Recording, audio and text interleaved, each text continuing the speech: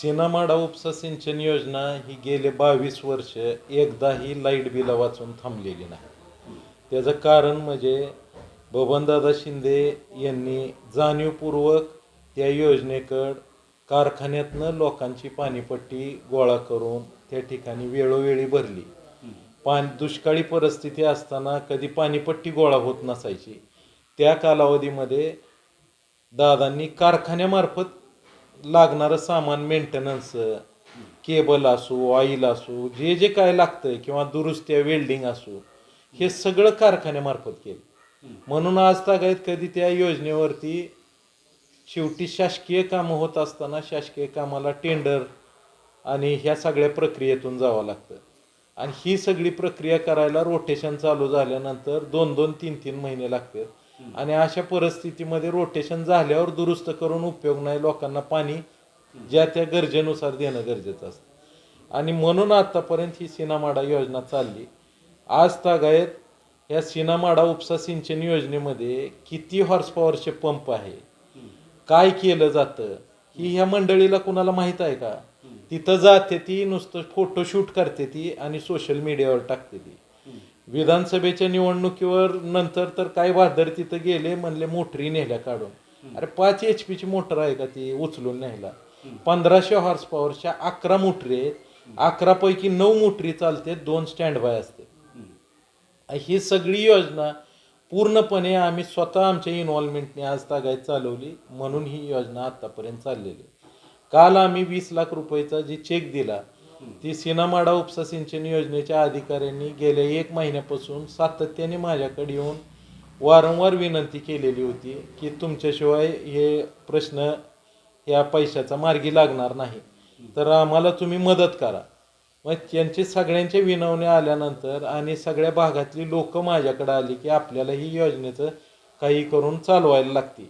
त्यानंतर दादांशी बोलून मी ह्या योजनेला 20 लाख रुपये कारखान्यातनं, आपण यंदा पाणीपट्टी कट केली नाही, पण कारखान्यातनं 20 लाख रुपये दिले. त्याचं कारण एवढंच की ही रोटेशन, उन्हाळ्यातलं रोटेशन महत्त्वाचं आहे. ह्या रोटेशनला जर, आणि ही जी म्हणते ती ना आम्ही केलं आमकं केलं, जिल्ह्यातल्या सगळ्या योजना उपसा सिंचन 5 तारखेला चालू झाल्या, ह्यालाच का उशीर झाला? कशामुळे उशीर झाला? बरं, ह्यांनी अशा पद्धतीचे स्टेटमेंट केलेले होते विधानसभेच्या निवडणुकीत, 10 काय 50 माणसं मी देतो. आज तागायत एक तरी माणूस दिलाय? हे जाऊन नुसतं फोटोचं शूटिंग काढायपुरती ह्यांनी माणसं दिलेली. ही नुसतं जायचं तिथं आणि फोटोचं शूटिंग करायचं आणि सोशल मीडियावर टाकायचं, कधी सुटतंय बघायचं. त्याला काय लागतंय, ऑइल लागतंय का, दुरुस्ती लागते का, ट्रान्सफॉर्मरचं ऑइल लागतंय का, ह्या कुठल्याही बाबी यांना काय माहित नाही. कुठून कुठं पाईपलाईन जाते, कुठला फाटा कुठं जातो, ह्या सुद्धा गोष्टी ह्या मंडळीनं गेल्या 1-1.5 वर्षात ह्या सुद्धा गोष्टीकडे लक्ष दिलेलं नाही. आज परिस्थिती अशी आहे, या सिनामाडा योजनेची सगळी दुरुस्तीची कामं सुद्धा बऱ्यापैकी, आता कालच त्यांचं पत्र आलेलं आहे, तुम्हाला पत्र पाहिजे असलं तर मी देतो सिनामाडा उपसा सिंचनचं, की केबल जळली, केबल पाहिजे, ती केबल कारखान्यातनं द्यायला लावली. म्हणजे छोट्या छोट्या गोष्टी असतात, पण रोटेशन थांबवणे, ह्या सगळ्या गोष्टीची आतापर्यंत दादांनी आम्ही काळजी घेतली. म्हणून ह्या सगळ्या आतापर्यंत चाललेलं आहे. वास्तविक पाहता ह्या योजनेसाठी यांना लोकांनी निवडून दिलंय म्हणल्यानंतर ह्यांनी ती काळजी करणं अपेक्षित होतं. पण आता सुद्धा ती योजना वाऱ्यावर सोडून दिल्यासारखी अवस्था होती.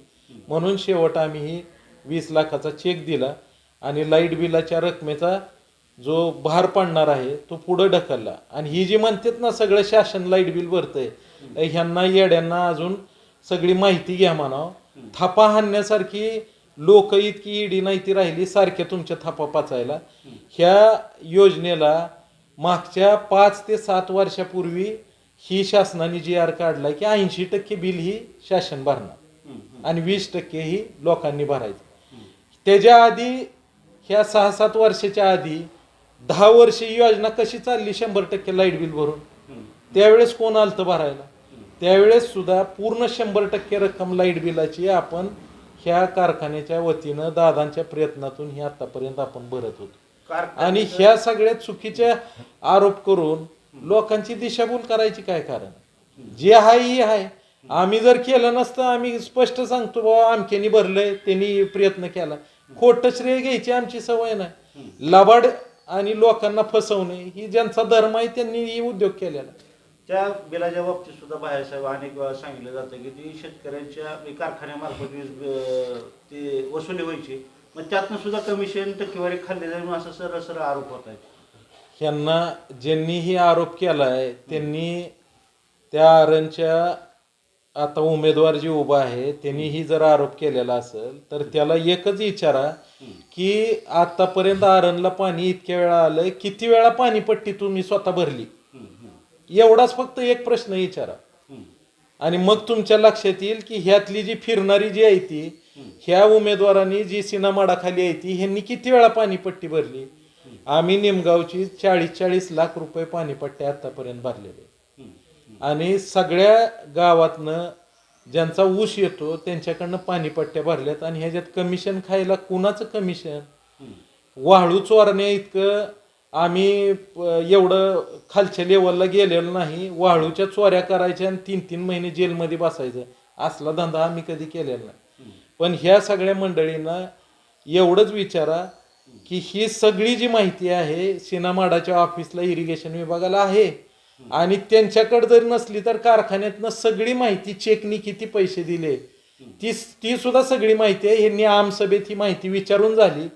आमसभेमध्ये विधानसभेनंतर अशाच ह्यांनी बोगस बाता मारलेल्या होत्या आणि त्यांनी ही आश्वासन दिलेली होती. त्यांनी ती माहिती विचारली, इरिगेशन विभागाने यांना सगळी माहिती दिली की ह्या योजनेचं पैसे कशा पद्धतीनं चेकने आले, कुठल्या वर्षात किती कपात झाली, सगळी डिटेल माहिती दिलेली आहे.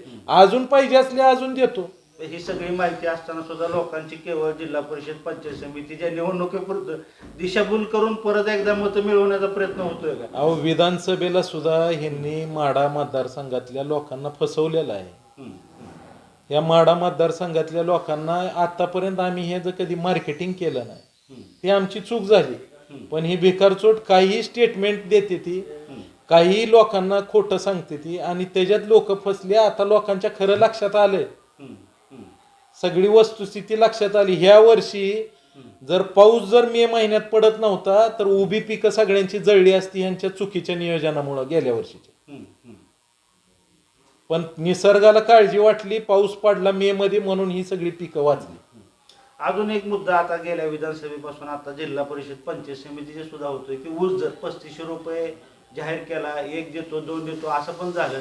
मग नेमकं काय? आता काल सभेत तिने सरळ सरळ सांगितलं की मला काय 30-40 कोटी रुपये जातात माझे, पण त्या कारखान्याचं गाळप मोठ्या क्षमतेनं असल्यामुळे 150 कोटीपर्यंत त्यांना द्यावे लागतात, म्हणून ते टाळाटाळ करतात. तुम्ही अगोदर द्या असं तिने आवाहन केले.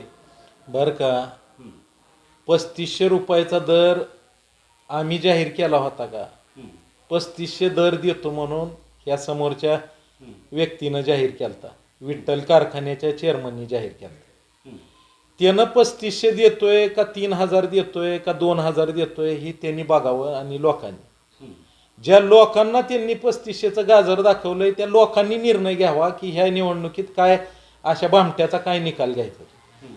आमच्या बाबतीमध्ये त्यांनी विठ्ठल कारखान्याचा चेअरमन झाल्यापासून गेल्या वर्षी त्यानं 3000 रुपये दर दिलाय, आम्ही 2900 दिले. त्याच्या आधीचे 2-3 सीझन झाले त्या आमच्यापेक्षा 100 आणि 200 रुपये दर कमी. ह्या वर्षी सुद्धा त्यानं दर द्यावा. ती जी म्हणतंय ना की बाबा आमचं गाळप जास्त आहे, अरे आम्ही जे आम्हाला परवडल, जे आमच्या कारखान्याला परवडल त्या पद्धतीनं आम्ही दर देणार.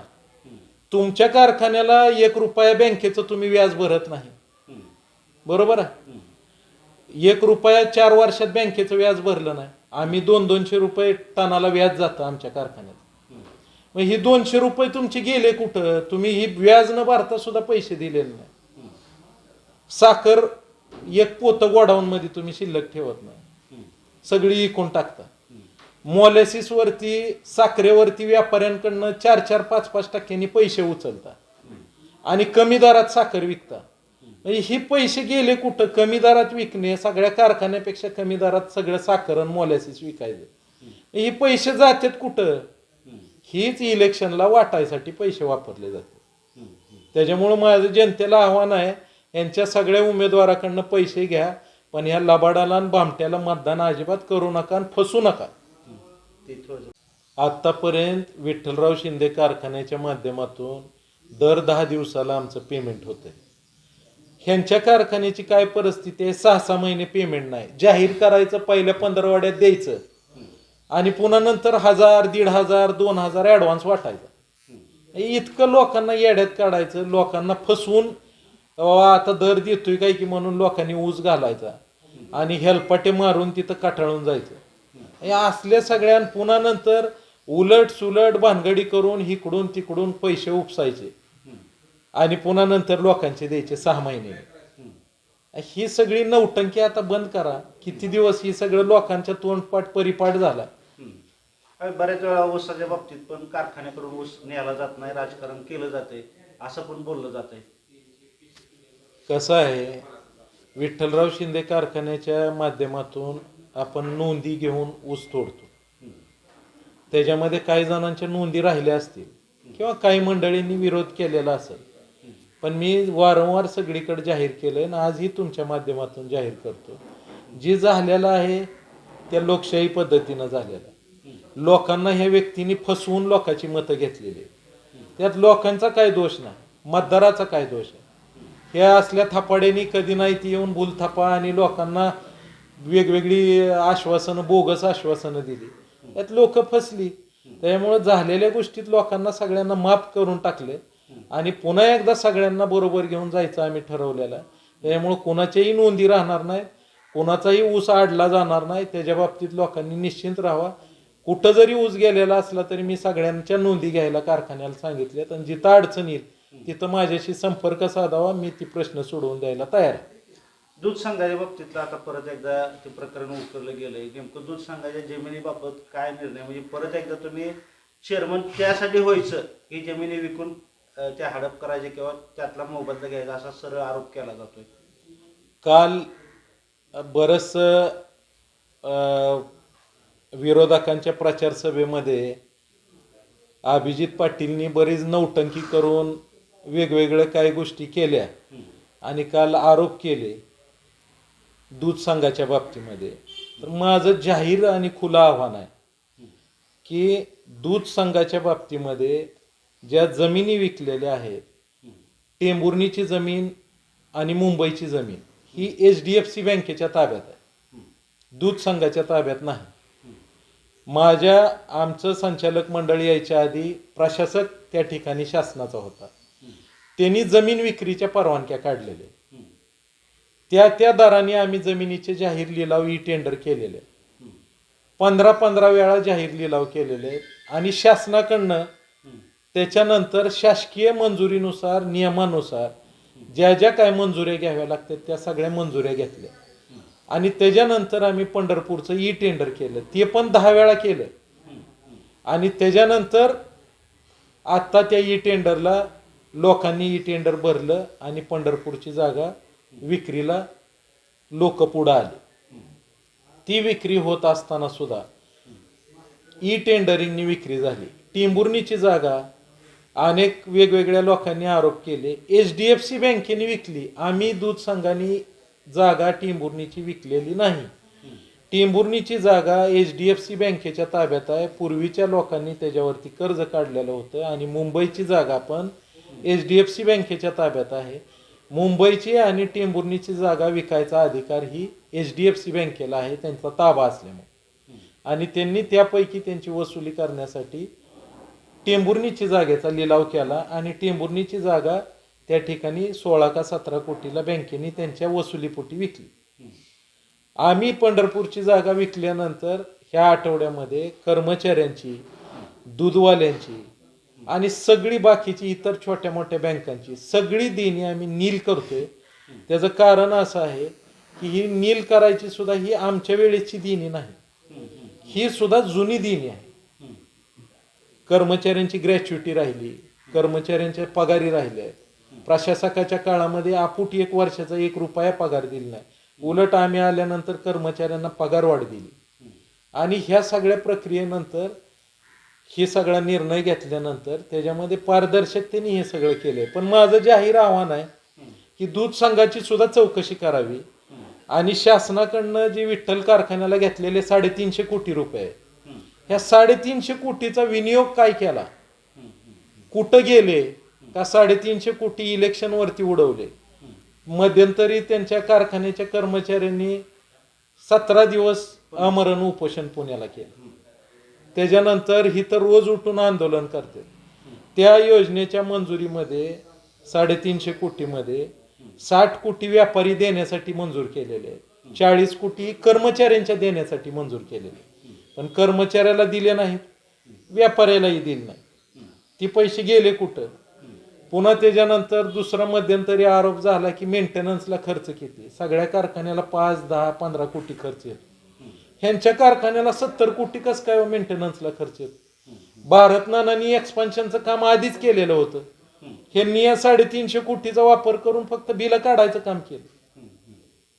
म्हणजे ह्या सुद्धा लोकांना ही कळलं पाहिजे की ह्या 350 कोटीचं काय केलंय. त्याच्यामुळे ह्या कारखान्याची बी 350 कोटीची चौकशी करू आणि दूध संघाची बी करू.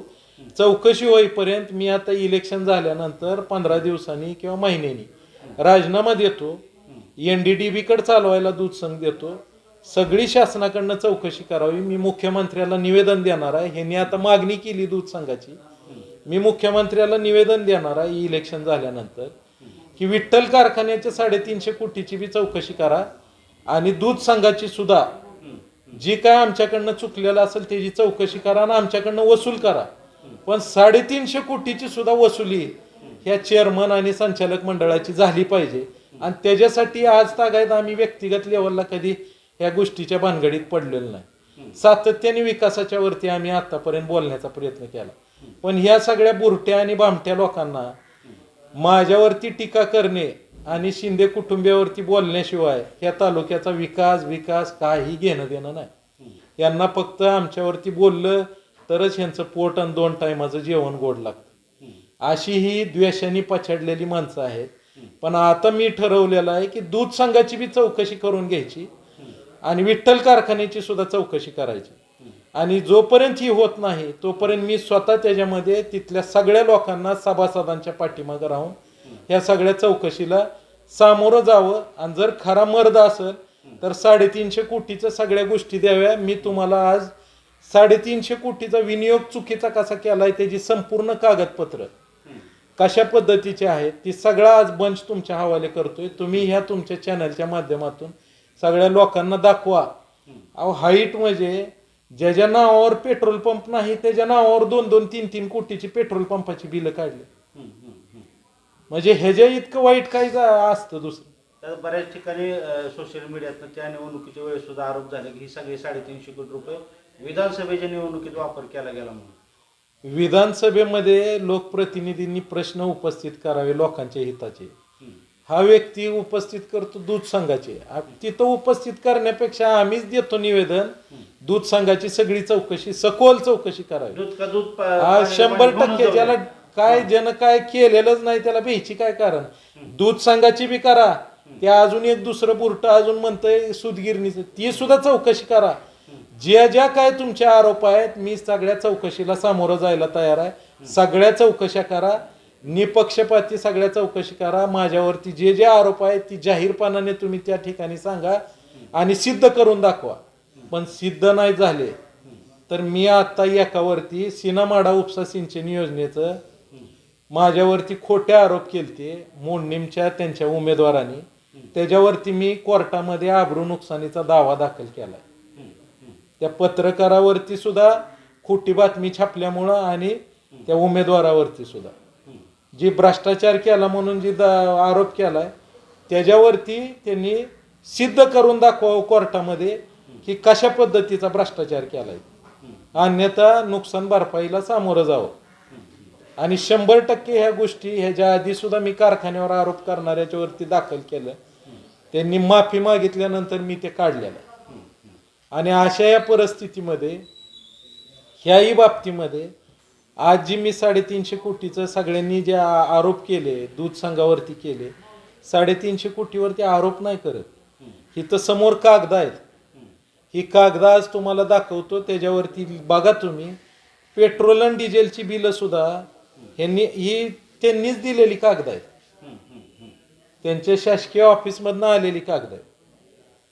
ह्यांचा विनियोग कशा पद्धतीनं झाला, ज्याचा पेट्रोल पंप नाही त्याच्या नावाने 2-2, 3-3 कोटीची बिलं काढली. इथं चेक आहे, चेकचे नंबर आहे, नावं आहेत, ही सगळं तुम्हाला देतो. हे सगळं दाखवा तुम्ही सोशल मीडियावर ना युट्यूबवरती दाखवा. दूध का दूध आणि पाणी का पाणी सगळं स्पष्ट व्हायला पाहिजे. जनतेला कळलं पाहिजे की हा लबाड व्यक्ती कशा पद्धतीनं गोलमाल करतोय. ती सारखं सोशल मीडियावरती एक येत आहे बघा, गोलमाल हे भाई सब गोलमाल आहे. ही सगळा ह्याचा गोलमाल आहे. आणि आतापर्यंत कोण ह्याच्यावरती बोलायला तयार नाही. ती तिथली आंदोलन करणारी कर्मचारी रिटायर झाली, कंटाळून गेली. ती व्यापारी उपोषणाला बसून कंटाळून गेली. म्हणजे अशा पद्धतीने लोक हायकोर्टात गेले ते. आणि ह्या सगळ्या असल्या खोट्या लबाड्या करून, चोऱ्या करून ही दुसऱ्यावरती आरोप करतोय. ह्या सगळ्या गोष्टी सुद्धा चौकशी 100% व्हायला पाहिजे. आणि ती चौकशी होण्यासाठी मी स्वतः सन्माननीय राज्याचे मुख्यमंत्र्यांना भेटून दूध संघाची बी चौकशी करा आणि ह्या 350 कोटीची बी चौकशी करा. 4 वर्ष झालं कारखाना चालवते, 1 रुपया व्याज कुठल्या बँकेचं भरलं नाही. बँक गप्प कशी बसती हो? कशामुळं, काय कारण आहे बँकेला? व्याजाच्या रकमेपेक्षा बँकेच्या लोकांना जर वेगळी रक्कम जर मिळत असेल तर बँक नक्कीच ग बसणार ना. ही लोकांचा पैसा आहे. 600 कोटीवरनं 1200 कोटीवरती कर्ज गेलं आणि ही म्हणते कर्ज काय भरायचं असतं का? ही कुठली पद्धत काढली? आता बऱ्याच वेळा, आता काल सुद्धा इमोशनली काय मुद्दे प्रचार सभेतून आले की दादांची तब्येत तिकडे असल्यामुळे परत एकदा ते चेअरमन पदाची भुरळ त्यांना पडली आणि मग ते आले. मग हे नेमकं इमोशनली बॉन्डिंग त्यांनी आरोप दादाच्या दवाखान्याच्या बाबतीत केला. ह्यांना स्वतःच्या वडिलाची जर काळजी घेता येत नसेल तर ते दुर्दैव आहे. माझी जबाबदारी म्हणून मी जे काय मला शक्य असेल तेवढं काम केलं. त्याची काय मी पाठ तुपटून कधी घेतलेली नाही. या तालुक्यातल्या जनतेने दादांची तब्येत नीट व्हावी म्हणून अनेक ठिकाणी नवस बोललेले आहेत, अनेक ठिकाणी परमेश्वराला साकडं घातलेलं आहे. ही सगळी चांगली जनभावना या लोकांची दादांबद्दल असणारी, या जनभावनेमुळे आज त्यांचं ऑपरेशन यशस्वी झालं. परमेश्वराची लोकांची कृपा आहे की त्यांची तब्येत चांगली आहे. पण हे जरी असताना ह्यांनी जे आरोप केले ती ह्यांना, ह्या येड्यांना आणि भामट्याला एक गोष्ट लक्षात आली पाहिजे की प्रशासक नियमायची प्रक्रिया ह्यांनी आणि ह्याच्या अजून एक दुसऱ्या कलाकारांनी जाऊन त्या ठिकाणी खोटं सांगितलं अजितदादाला. आणि हे दादांचं ऑपरेशनला जायच्या आधी घडलेली प्रक्रिया आहे. त्याच्यामुळे ही जी म्हणलं ना दादांना तब्येतीला अडचण येईल वगैरे असं काही तर मी मागणी केली. अजितदादा पुढं सुद्धा खरं खोटं करू आणि तुम्ही पत्रकारांनी अजितदादाला विचारा की रणजितभाई येऊन इथं पाया पडला का तुमच्या? मी फक्त अजितदादांना एकच गोष्ट सांगितली, मी जर माझ्या खिशातनं कारखान्यातनं ह्या दूध संघाच्या मदतीला 80 लाख रुपये जर देत असेल, ही चेकनी पाठवलेले पैसे, तर मी त्याच्यातनं भ्रष्टाचार कसा करल? 1 रुपया भत्ता मी कधी घेतलेला नाही आतापर्यंत दूध संघाचा. 1 रुपयाचं डिझेल कधी भरलेलं नाही, साधी गाडी सुद्धा वापरलेली नाही. निवडणूक झाल्या मी पत्रकारांसमोर ही जाहीर केलेलं होतं. माझी फक्त एकच भूमिका आहे की ती संस्था एकेकाळ दादांनी जिल्ह्यात एवढी मोठी केलेली होती, ती संस्था आपण ह्या अडचणीतनं बाहेर काढावी. ही काही जादूची कांडी नाही, त्याच्यावरती भरमसाठ कर्ज ह्या सगळ्या गोष्टी होत्या. ती कुठंतरी आता ह्या सगळ्या प्रक्रियेतून ती संस्था अडचणीतून बाहेर निघायला लागली. पशुखाद्याचा कारखाना आम्ही बंद पडल्याला चालू केला, तो भाड्याने दिला, पण त्याची दुरुस्ती मी कारखान्याचे कर्मचारी फुकट पाठवून दुरुस्ती करून दिली. म्हणजे केवडच्या कारखान्याच्या कर्मचाऱ्याला पाठवून त्याचा मेंटेनन्स केला. आणि हे सगळं एवढं प्रामाणिकपणे केलेलं मी अजितदादाला सांगितलं. त्यावेळेस अजितदादा म्हणले अरे चुकीचं मला सांगितलं गेलं आणि हे भामटेनी चुकीचं येऊन सांगितलेलं होतं. आणि म्हणून ह्या सगळ्या गोष्टीचं आम्ही चौकशी करायचे आदेश दिले. मी मग दादांनाही म्हणलं अजून चौकशी करा, माझा जर दोष आढळला तर मी राजीनामा देऊन टाकतो. तुम्ही चौकशी करा, आमचं चुकलेलं असलं तर आमच्याकडनं वसुली करा, माझी कसलीही अडचण नाही. त्या दूध संघाकडे कधी मी कुठल्याही आर्थिक फायद्यासाठी कधी गेलेलो नव्हतो. दादांनी उभा केलेली संस्था वाचावी ह्या भावनेतनं गेलेलो होतो. पण त्या ठिकाणी काम करण्याचा प्रयत्न केला तरी सुद्धा त्याच्यावरती चुकीच्या पद्धतीनं आरोप जर होत असतील तर त्या संस्थे ही सगळी देणी आता आम्ही संपवतोय आणि मी राजीनामा देऊन तिथून बाहेर पडतो. NDDBनी चालवावं म्हणून आम्ही मुख्यमंत्री साहेबांना भेटलेलो आहे. ते पुढं त्या संस्थेला देऊन ते चांगली संस्था ऊर्जित अवस्थेत आणण्यासाठी प्रयत्न करेल. आणि जे जे काय आमचं सहकार्य लागेल ते सुद्धा आम्ही निश्चितपणाने करणार. शेवटी सहकार क्षेत्रातली ही संस्था जर दुधाच्या बाबतीमध्ये जर टिकली तर शेतकऱ्यांना दुधाला दर चांगल्या पद्धतीने मिळू शकतो. ही आमची त्यामागची प्रामाणिक भावना. आणि एवढं सगळं असताना ही चुकीच्या पद्धतीने आरोप करतात. आणि ही घटना घडली कधी? दादांचा ऑपरेशनचा विषय नव्हता. दादांच्या ऑपरेशनला आम्ही जूनमध्ये गेलो. ही घटना घडली एप्रिल महिन्यात, 2 महिने अगोदर. 2 महिने, एप्रिल सुद्धा नाही, मार्चमध्ये ज्यावेळेस अधिवेशन चालू होतं त्या कालावधीतली ही सगळी घटना. म्हणजे ह्याचा आणि दादांच्या दवाखान्याचा अर्थार्थी संबंध नाही, पण ह्या भामट्यांनी त्या ठिकाणी त्याची जोड करून तिथंही लोकांची दिशाभूल करण्याचा प्रयत्न केलाय. तर ह्या भामट्या जिथं जिथं काय बोलणार आहे त्याला तुम्ही माझ्याकडे या, मी त्याला जी काय वस्तुस्थिती आहे त्याचं खरं उत्तर देतो. ह्याचं जी काय रूप आहे ही जनतेसमोर आपल्याला आणावं लागेल. कारण ही सुसाट सुटलंय थापा हाणत. आणि माझी भावना अशी आहे की ह्या तालुक्यातली आणि या मतदारसंघातली आणि विशेषतः पंढरपूर तालुक्यातले जनतेला फसवू नये. ही जी म्हणतोय ना मी इतके कारखाने चालवतो, तुम्ही जाऊन चौकशी करा किती कारखाने ह्याच्याकडे राहिलेत आणि किती कारखाने कर्जात डुबलेले आहेत. याचा खाजगी कारखान्यावर सुद्धा कर्ज किती आहे, सांगोला कारखान्यात काय दर दिला, ही सुद्धा सगळी चौकशी करा. आणि ही कुठल्या बँकेमार्फत चाललेला कारभार आहे आणि ती बँक ह्याला का अभय देती ही सुद्धा तुम्ही चौकशी करा. ही चव्हाट्यावरती आणलं पाहिजे, लोकांना कळलं पाहिजे. ह्यांनी आता 4 वर्षात बँकेला 1 रुपया व्याज भरलं नाही, हप्ता भरलेला नाही. तरी पण ही बाहेरनं अजून व्यापाऱ्याकडनं पैसे घेऊन टक्केवारीनं पैसे घेऊन कमी दरात साखर मळी विकायचा प्रयत्न करतोय. म्हणजे नेमका हा करतोय काय? किती मोठा भ्रष्टाचार करतोय. आम्ही 200-200 रुपये टनाला व्याज भरतोय आणि दर देतोय. यानं 1 वर्ष 3000 दर दिला. त्याच्या आधी आम्ही जास्त दर दिलाय, आताही जास्त देतोय. पण नेमकं ही पैशाचं करतोय काय ही तरी सभासदांनी बघावं, ही तरी जनतेने बघावं. एक मुद्दा आणखी महत्वाचा आहे. एक मुद्दा महत्वाचा आहे. 2004 पासून त्या उर्वरित जी काही 7-8 गावं राहिली होती त्यासाठी नुसतं गाजर दाखवण्यात आला असा देखील आरोप होतो. 2004 पासून हे जे काय तुळशी असेल, बावे असेल, हे जे काय गावांचा पाणी पुरवठा आहे त्या संदर्भात 2004 पासून गाजर दाखवण्यात आलं तरी पाणी पुरवठा योजना अजून झाली नाही असं त्या बाबतीमध्ये 2004 पासून कुणीही गाजर दाखवलेलं नाही. सिनामाडा ह्या लोकांना आता लोकांनी निवडून दिलंय ना, ह्या भामट्याला एवढं सुद्धा कळत नाही दोघालाही किंवा ही जे आरोप करतोय की ज्या नेतृत्वावरती काम करतोय त्या माणसांवरती ज्याला बरोबर घेऊन काम करतोय त्यांच्या काय चाललेलं आहे ती उद्योग आधी लोकांना माहीत करून दिला पाहिजे. आणि ही जी आरोप केलेला आहे 2004 पासूनचा, ती कुठलीही योजना शासनाने पहिली योजना मंजूर केलेली आहे त्याच्यात जी गावं समाविष्ट आहेत ती योजना पूर्ण झाल्याशिवाय नवीन गावांचा समावेश त्याच्यामध्ये होत नव्हता. म्हणून 2004 पासून गेल्या 5 वर्षापर्यंत त्याचा कालावधी झाला. ह्या योजनेतनं ही गावं नसताना ह्या गावांना पाणी मंजूर करणं ही पहिली गरज असते. पाणी मंजूर करायला आपल्या धरणामध्ये पाण्याचं वाटप झालेलं आहे.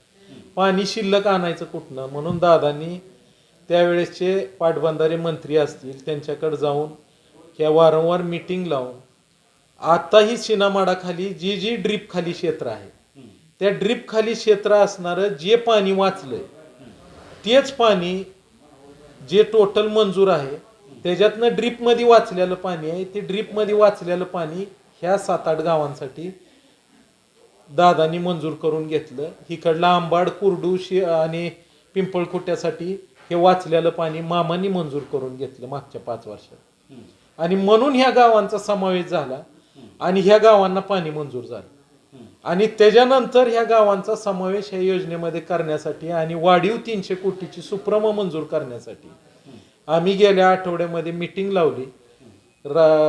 जिल्ह्याचे पालकमंत्री गोरेभाऊ आणि राज्याचे पाटबंधारे मंत्री विखे पाटील साहेब ह्या दोघांनी त्या ठिकाणी मिटिंग लावली आणि ह्या सिनामाडा उपसा सिंचन योजनेचे वाढीव 300 कोटी आणि ह्या गावांचा समावेश झालेला होता. ह्या गावांना कुर्डू आंबाड आणि पिंपळकुटे ह्याला पाणी मंजूर होतं, पण ह्याचा दुसरा टप्पा जे पाणी उचलून टाकायचंय त्याला स्वखर्चाने ही उचल पाणी करावं म्हणून मंजुरी होती. त्याला आम्ही ह्या सगळ्या शेतकऱ्यांची परिस्थिती नाही म्हणून मंत्री महोदयांकडे सगळं सांगितलेलं असताना त्या सगळ्या पालकमंत्र्यांनी आणि विखे पाटील साहेबांनी दोघांनी त्याच्यामध्ये प्रयत्न करून ह्या योजनेला शासनाच्या खर्चाने ही प्रस्ताव सादर करावा म्हणून आदेश दिले आणि हे 300 कोटीची सुप्रमा मंजूर करण्यासाठी सुद्धा प्रस्ताव ताबडतोब शासनाकडे पाठवायचे आदेश दिले आणि मला खात्री आहे येणाऱ्या कालावधीमध्ये हे 300 कोटी रुपये सिनामाडाचे मंजूर होतील आणि ह्या जी उर्वरित गावांचा प्रश्न आहे तो 100% निकाली लागलेला आहे. फक्त तो पैसे मंजूर करून काम किती दिवसात होतंय एवढाच प्रश्न फक्त आता राहिलेला आहे आणि त्या गोष्टीसाठी आम्ही सातत्याने आज तागायत प्रयत्न केलाय. मध्यंतरी त्या तुळशीमध्ये ह्या भामट्यांनी शब्द दिलता 6 महिन्यात तुम्हाला पाणी आणतो. लोकांची तिथली जाऊन तुम्ही प्रतिक्रिया घ्या की कशा पद्धतीनं लोकांच्या मनात फसवणुकीची भावना आहे. आणि ही प्रत्यक्षात अमेरिकेत आम्ही असताना सिनामाडाला पाणी सुटलं, तिथली पाणी पुरवठ्याची पाईपलाईन होती, त्या पाईपलाईनला मोटरी जोडून आम्ही ती भवानी तळं भरून दिलं. मी अमेरिकेत असताना त्या ठिकाणचे शिवाजी कांबळे म्हणून जे उमेदवार आहेत आणि दिगंबर माळी म्हणून उमेदवार आहेत, ह्या दोघांनी त्याच्यासाठी मोटरीसाठी मला सातत्याने प्रयत्न केला आणि त्या लोकांनी विनंती केल्यावर मी कारखान्यातनं मोटरी देऊन त्या ठिकाणी कॅनलमधनं पाणी उचलून हे तलाव भरण्याचं काम आम्ही त्यावेळेस केलं. म्हणून आज पाऊस कमी त्या भागात असून सुद्धा त्या भागात विहिरीला जरा आज पाण्याची परिस्थिती थोडी बरी आहे. विधानसभेत हा प्रश्न उपस्थित मी केल्यामुळं ही योजना आता मार्गी लागला असं सरळ सरळ सांगताय. मला एक सांगा, 200 प्रश्न विधानसभेत उपस्थित केले, किती मार्गी लागले? आणि जर लोकांनी सांगितलं तुम्ही थांबा ह्यांना प्रश्न मार्गी लावू द्या तरी मी थांबायला तयार आहे. बघू प्रश्न मार्गी लागतात का. अहो किती खोटं बोलणार आहे आणि कशासाठी खोटं बोलताय. लोक ईडी नाहीत राहिली. थापा हाणायला सुद्धा एक सीमा असती, एका मर्यादेपर्यंत थापा हाणतं माणूस. रोज थापाच हाणताय म्हणल्यानंतर काय तुमचं म्हणजे लोकांनी काय घ्यायला पाहिजे. सगळं खोटं आहे.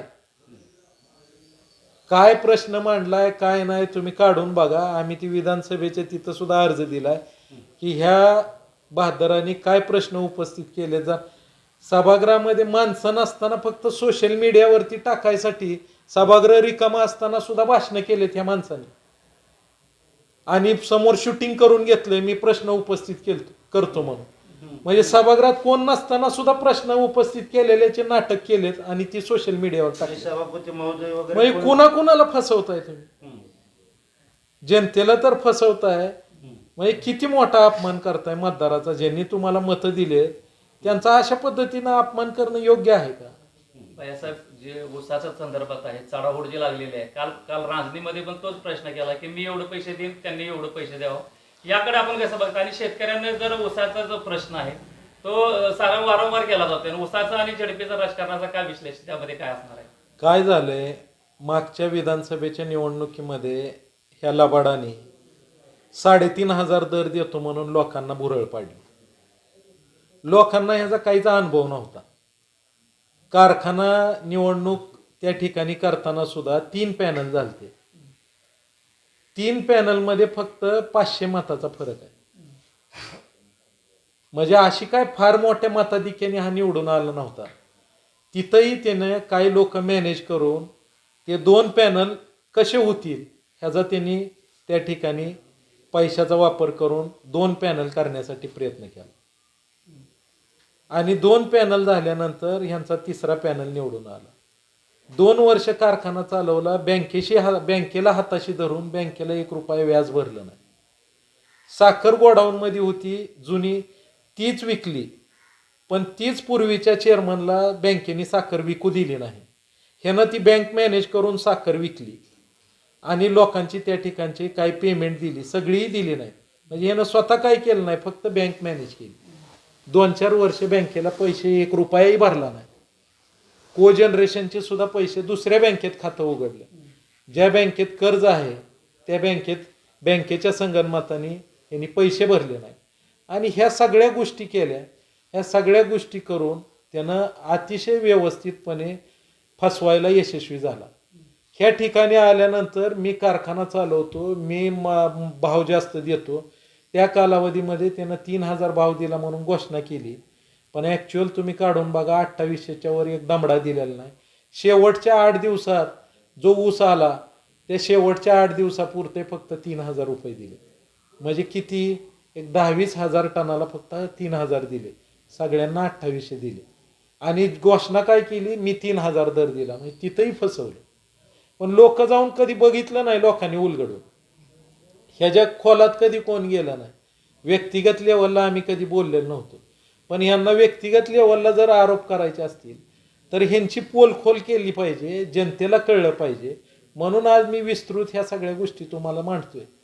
आणि ह्या 3,500चं गाजर दाखवलं, लोक त्याच्यात फसली.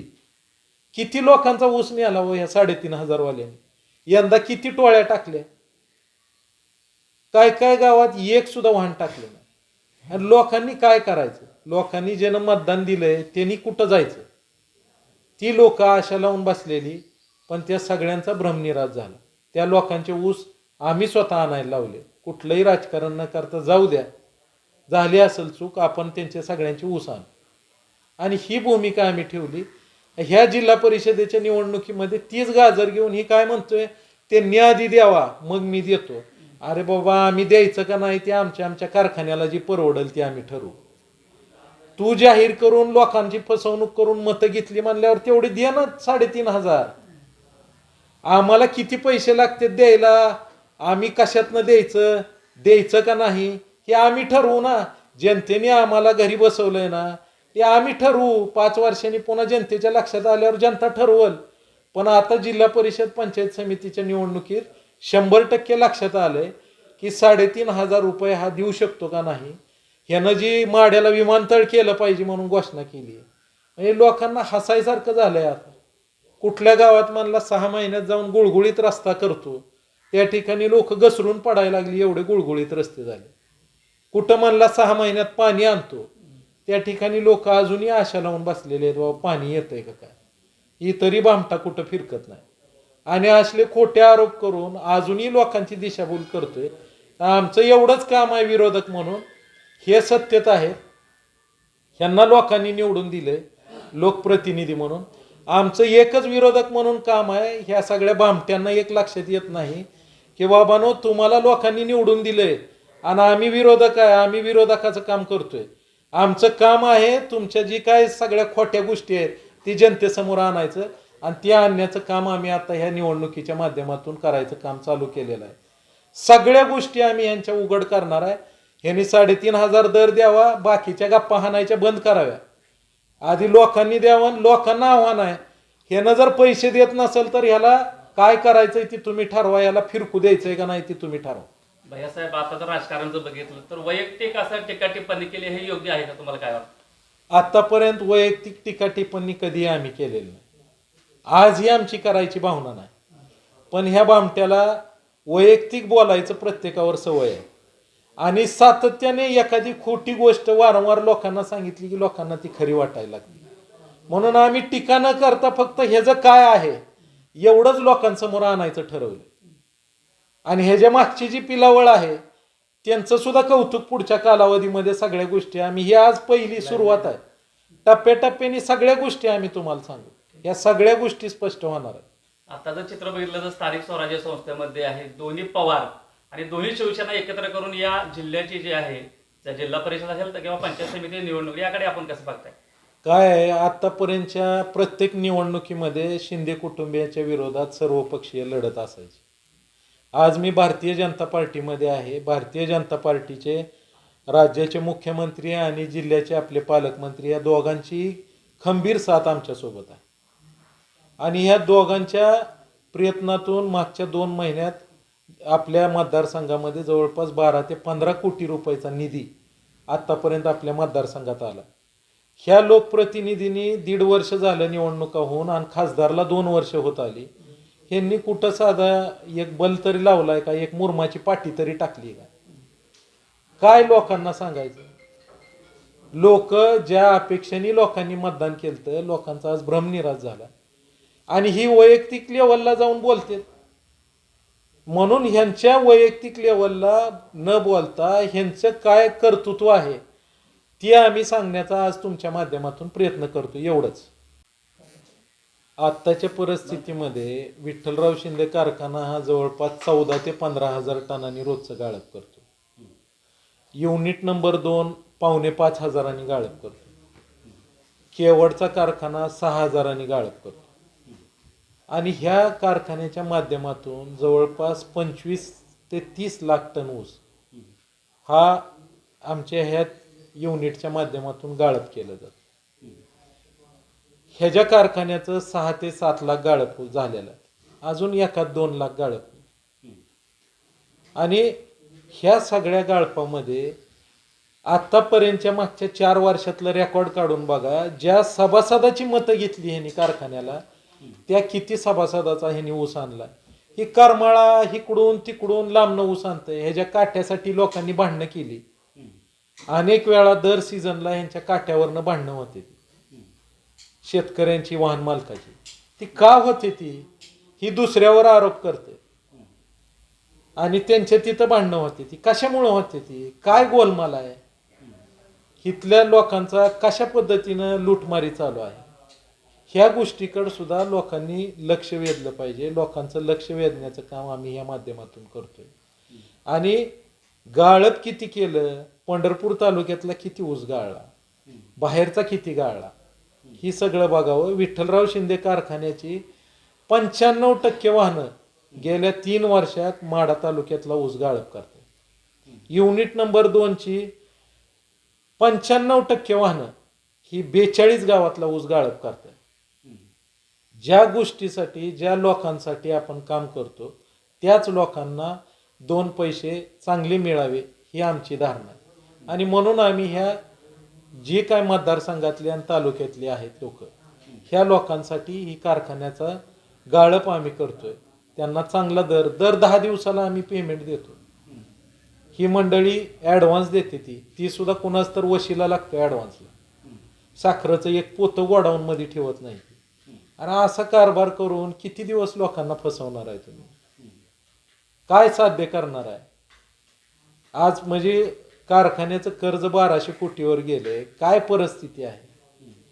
आणि ज्या नेतृत्वाखाली कामं चाललेली आहे त्यांची, ज्या नेतृत्वाखाली नेते म्हणून ज्याला बोलवते ती, त्या नेत्यांना त्यांचे 2 कारखाने ह्या तालुक्यात होते. त्यांनी लोकांचे शेअर घेतलेले, त्यांनी ऊस बिलं लोकांची बुडवलेली. लोकांचे शेअर तरी द्या म्हणा. आता कारखाने विकून जमाना झाला. त्या गोरगरिबाचे शेअर तरी द्या म्हणा. ही ज्या नेतृत्वाखाली उमेदवार उभा आहेत, ह्या उमेदवारांना लोकांनी प्रश्न विचारले पाहिजेत की बाबा ह्या 2 कारखान्याचे 10-10 हजार लोकांनी काय काय गहाण ठेवून पैसे दिलेले आहेत, ती शेअरची रक्कम द्या म्हणा माघारी. ती ऊसाची बिलं जी तटलेली आहेत ती माघारी द्या. आणि विठ्ठल कारखान्याचीच केस चालू आहे विजय शुगरवरती. ऊसाची बिलं तिथल्या शेतकऱ्यांची भारत नानांनी केस केलेली होती. त्याचं बिल सुद्धा अजून दिलेलं नाही. त्याआधी ह्या भामट्यांनी द्यायला पाहिजे. मग लोकांना बोललं पाहिजे. अहो जे चांगलं आहे त्याच्यावरती तुम्ही किती दिवस खोटं बोलणार आहे? किती दिवस रिटून खोटं बोलणार आहे? ही जनतेला सगळ्या गोष्टी समजलेल्या आहेत. तुम्हाला जनता जागा दाखवल्याशिवाय सोडणार नाही, एवढंच मला सांगायचं.